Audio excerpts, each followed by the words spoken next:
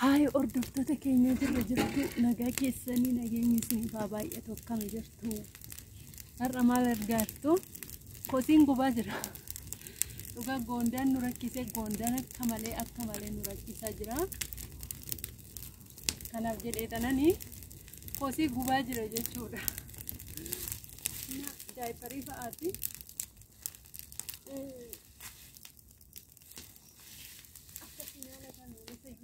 Udi dia wang fufurda wang gogoga ni tinanaka jira jechuudha. Akkasiin kunoo kana fakkaata Itoophiyaan jechuudha. Mataa koyyuu seeranii amma ganamadha jechuudha. Maaliif seetani booda rabbirraan ijaa ka'u amma gubaan jira jechuudha. Durallee zimma'een bool'atti gaggataa ture. Garuu goondaan nu rakkise jechuudha akka malee.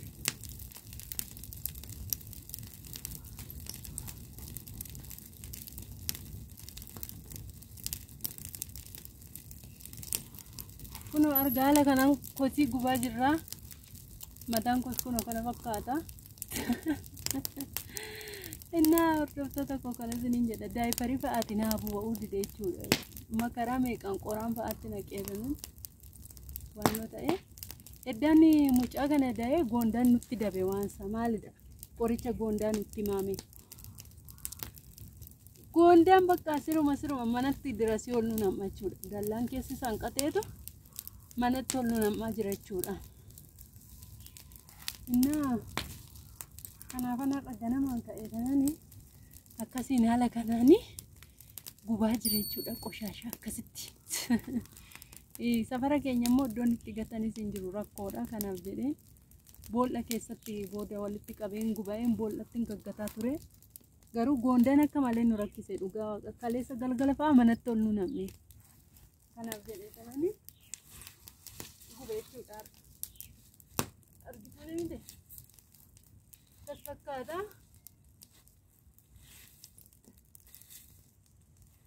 Isayyuu eganaa carqii kunan jijjiira malee. Arga kuno gabaree fakkaannee jira. Inni araara jedha kun jechuudha. Akkasitti jirra jechuudha. Kanaan qoshaashaa gubaa jirta. Qoshaashaa.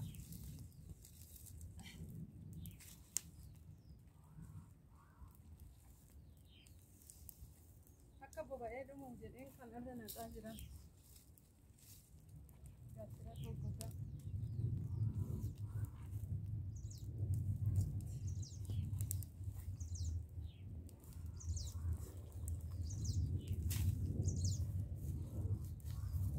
Daayipariin namaan boba'u dhugaa dubbachuudhaaf akkana waan goggogaa itti godhan malee. Daayipariin jala jira ila.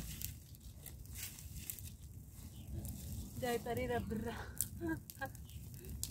Innaa akkanaan daayiparii bitanii dhugaatti fayyadamanii gubuu qabu. Daayiparii rabbirraa keessatti boba'aa jirti.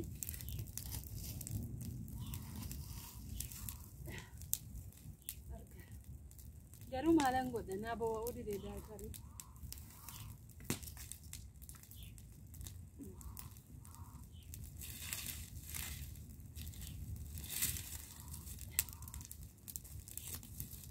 Goondaan kanaaf nutti dhufe ta'een beeku. Goondaan baay'ee nu rakkisaa jira.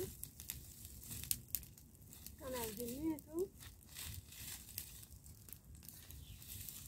rabbirraan irraa falamee immoo hin jiru wajjin. Amma ganamadha. Sa'aatii 12 wayitiin.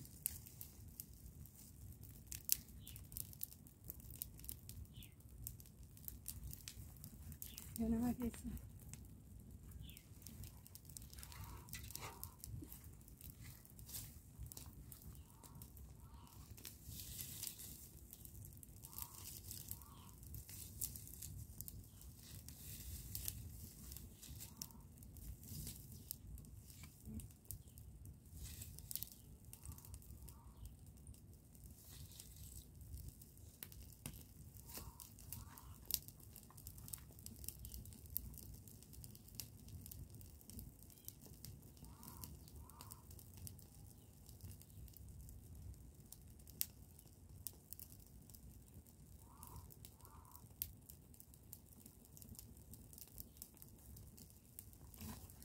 Rabbirraa tirribaa ka'ee bo'oon se'ee isa miti jechuudha.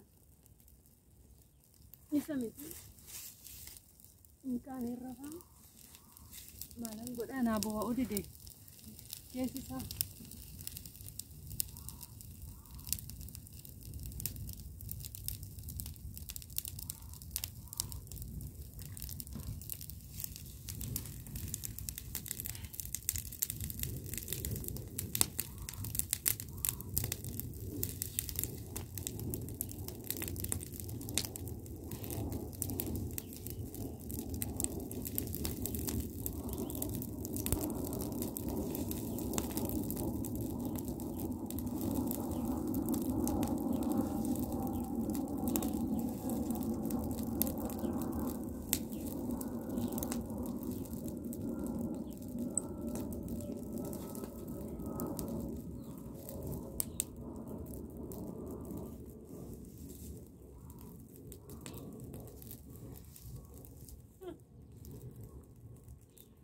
Daayipariin jechuudha.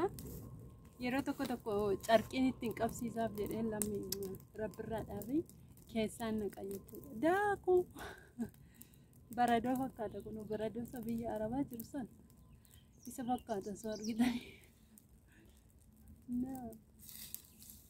Amma immoo keessaa gadi mul'atu.